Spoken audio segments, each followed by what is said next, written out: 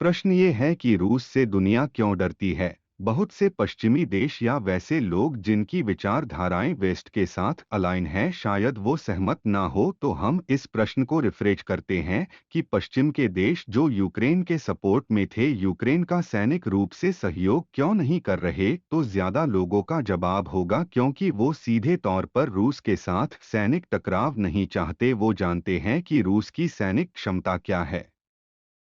चलिए हम भी इसको जानते हैं, पर मैं पहले आग्रह करूंगा कि आप हमारे चैनल को सब्सक्राइब करके बेल आइकॉन प्रेस कर ले ताकि हमारे नए वीडियो के अपडेट आपको मिलते रहेंगे। रूस ने यूक्रेन पर 24 फरवरी को हमला बोला, मगर उससे पहले 18 फरवरी को रूस ने दुनिया को अपने अंदाज में बता दिया कि रूस से पंगा नहीं ले, नहीं तो रूस उन्हें नंगा कर देगा। आपको मेरी बात बचकाना लग रही हो तो मेरा जवाब है कि शब्द तो बचकाना जरूर है, लेकिन ये 16 आना सच है। आप एक 30 सेकंड की वीडियो क्लिप देखने वाले हैं, इसे ध्यान से देखें, फिर मैं बताऊंगा कि दुनिया रूस से पंगा क्यों नहीं लेना चाहती।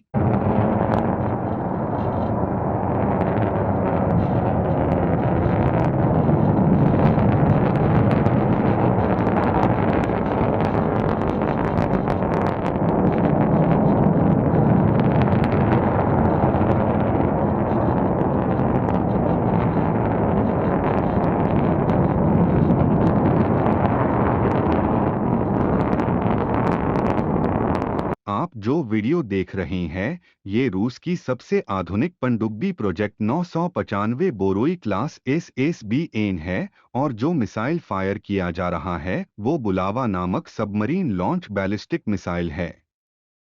अगर आप गौर से इस वीडियो को देखेंगे तो पाएंगे 30 सेकंड के क्लिप में 6 मिसाइल फायर किया गया है।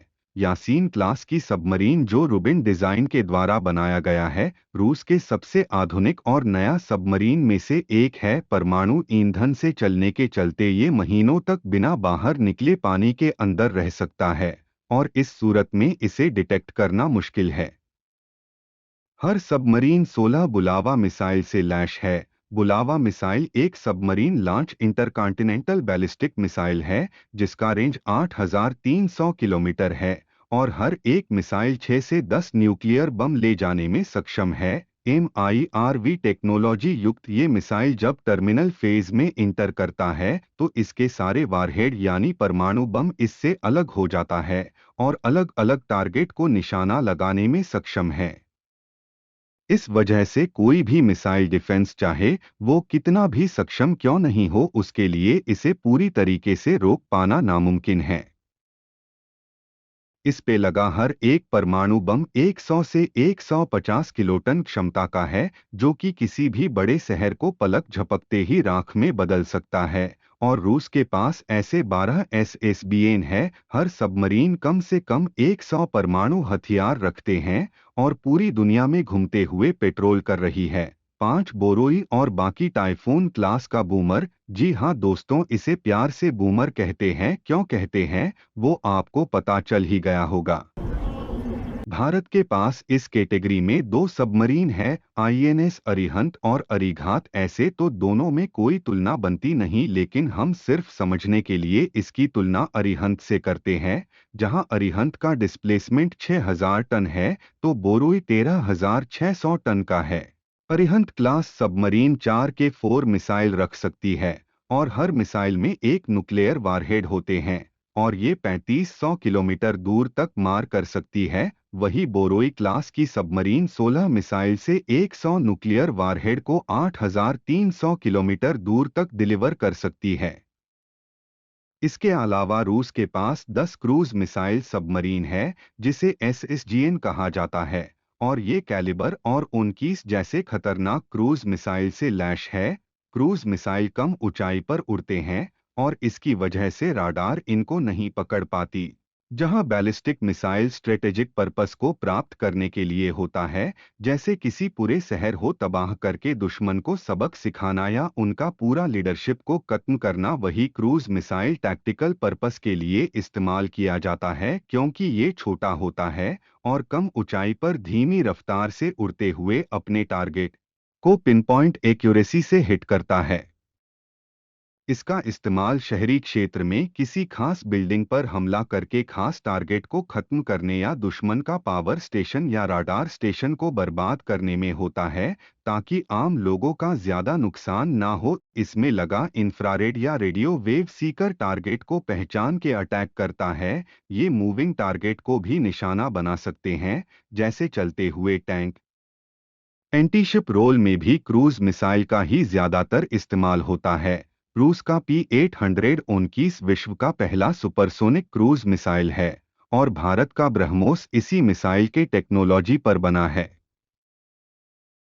रूस के पास 14 न्यूक्लियर अटैक सबमरीन भी है। ये वही सबमरीन है जिसे भारत ने रूस से लीज पर लिया हुआ था। ये सबमरीन दुश्मन के सबमरीन और शिप को ढूंढ के डुबोने में माहिर होते हैं, और इसलिए इसे हंटर किलर भी कहा जाता है। इसके अलावा रूस के पास 22 किलो क्लास की डीजल इलेक्ट्रिक सबमरीन है, जिसे विश्व की सबसे शांत सबमरीन माना जाता है। ये उथले पानी में और तट के करीब तक घात लगाकर हमला करने में माहिर है, और ये इतनी शांत है कि ये दुश्मन के युद्धपोत के करीब बिना पता लगे पहुंचने में सक्षम है। पश्चिमी देश इससे इतना डरते थे कि इसका नाम उन्होंने ब्लैक होल रखा हुआ था। भारत के पास ऐसे 10 सबमरीन थी, जिसमें से एक सबमरीन दुर्घटनाग्रस्त हो गई और एक को भारत ने म्यांमार को गिफ्ट कर दिया। इसके अलावा रूस के पास एक aircraft carrier, 2 battle cruiser, 3 cruiser, 10 destroyer, 11 frigates है, 21 लैंडिंग शिप टैंक और 40 लैंडिंग क्राफ्ट भी रूसी बेड़े में है। और वो ये दिखलाते हैं रूस कितनी जल्दी हैवी आर्मर व्हीकल से लैश अपनी सेना को किसी भी तट पर उतार सकती है। अगर हम रूस की लैंड बेस्ड न्यूक्लियर आर्सनल की बात करें तो पहला मिसाइल का नाम आता है R-36 सटान।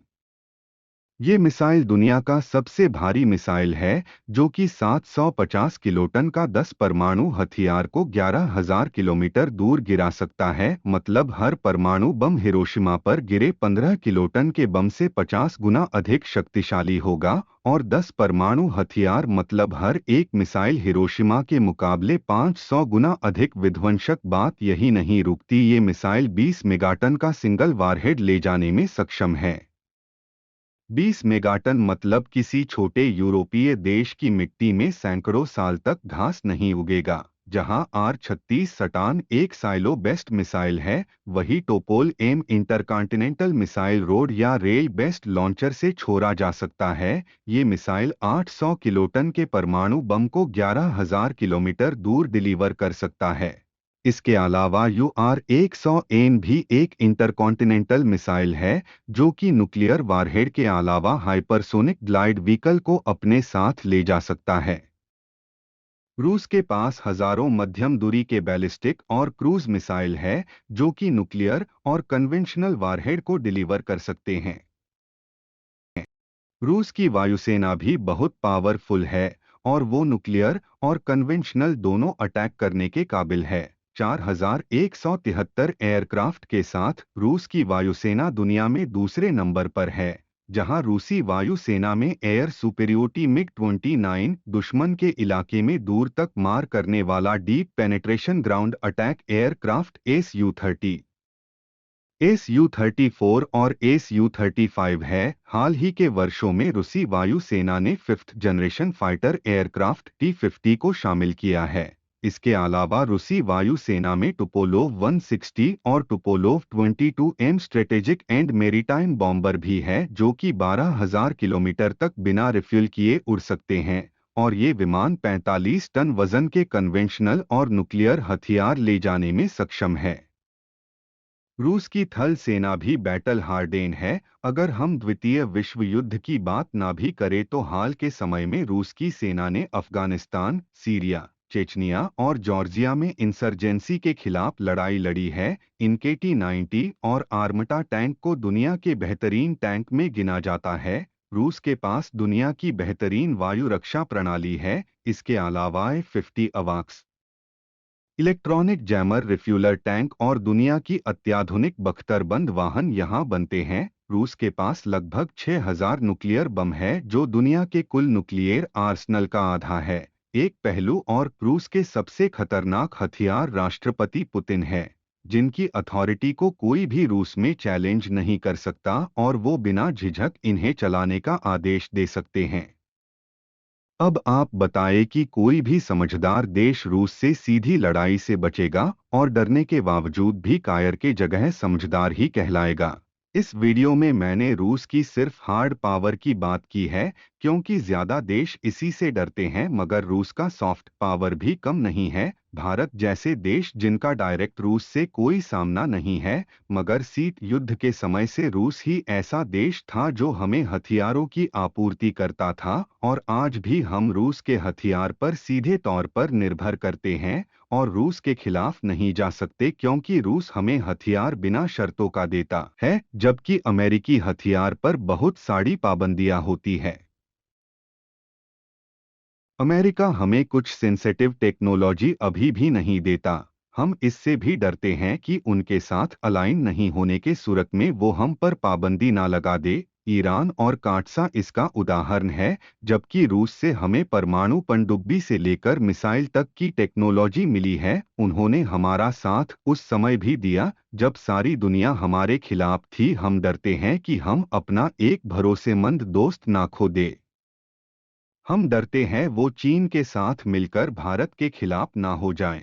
ऐसे देश भी कम नहीं है जो रूस पर एनर्जी के लिए निर्भर है। यूरोप एक ठंडा क्षेत्र है और उन्हें अपने घर को गर्म करने से लेकर बिजली बनाने तक के लिए गैस की जरूरत है, और इस जरूरत का एक बड़ा हिस्सा रूस से सप्लाई होता है। और इसकी वजह से यूरोप के देश रूस के खिलाफ जाने से बचते रहे हैं। जो देश उनसे तेल और गैस नहीं भी खरीदते, डर उनमें भी है, क्योंकि रूस तेल और गैस का बहुत बड़ा निर्यातक है, और जब आपूर्ति में बाधाएं आएगी तो इसके मूल्य में बहुत बढ़ोतरी होगी। और जब कि विश्व की अर्थव्यवस्थाएं कोविड महामारी में हुए नुकसान से उबरने की कोशिश कर रही है, तो कच्चे तेल की बढ़ती कीमत उनकी कमर फिर से तोड़ने में लगी है। कच्चे तेल का कीमत आसमान छू रहा है, और भारत जैसे कई देश जो अपनी जरूरत का ज्यादा तेल आयात करते हैं, वो सोच रहे हैं कि जल्दी ये लड़ाई खत्म हो कि तेल की कीमत पे अंकुश लगे। डरना हमेशा बुरी बात नहीं है। अगर आपको ये वीडियो अच्छा लगा तो इसे लाइक और शेयर करें, और चैनल को सब्सक्राइब जरूर करें। हमें इस चैनल को आगे बढ़ाने के लिए सब्सक्राइबर की जरूरत है। वीडियो को अंत तक देखने के लिए धन्यवाद।